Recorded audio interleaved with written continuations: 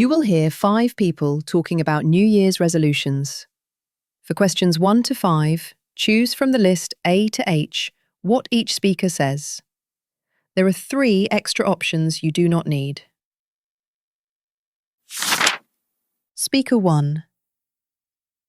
Everyone around me seems to think January is the perfect time to improve yourself, but I strongly disagree.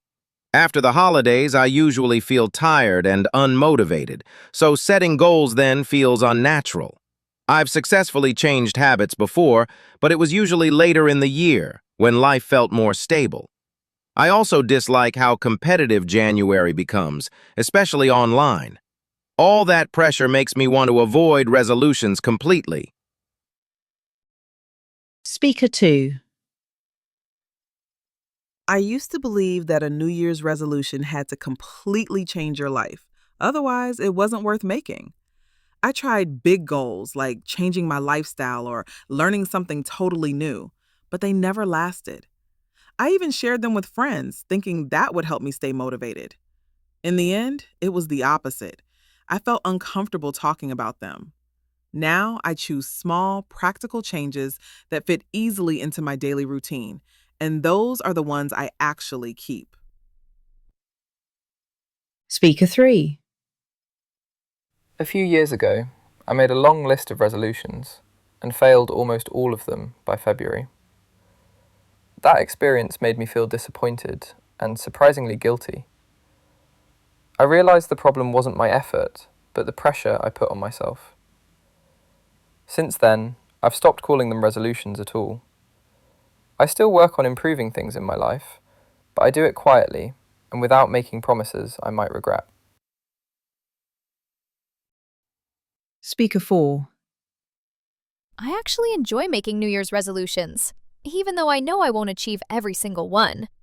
For me, they're not strict rules, but more like reminders of what matters to me. I often talk about them with friends, and sometimes we encourage each other or make shared plans. Of course, some goals don't work out, but that doesn't bother me much.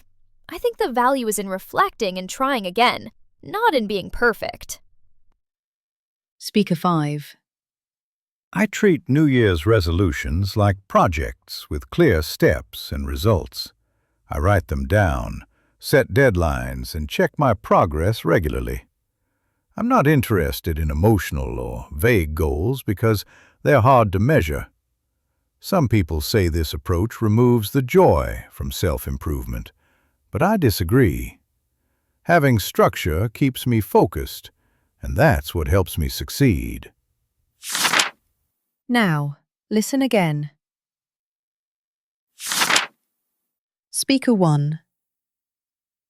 Everyone around me seems to think January is the perfect time to improve yourself, but I strongly disagree.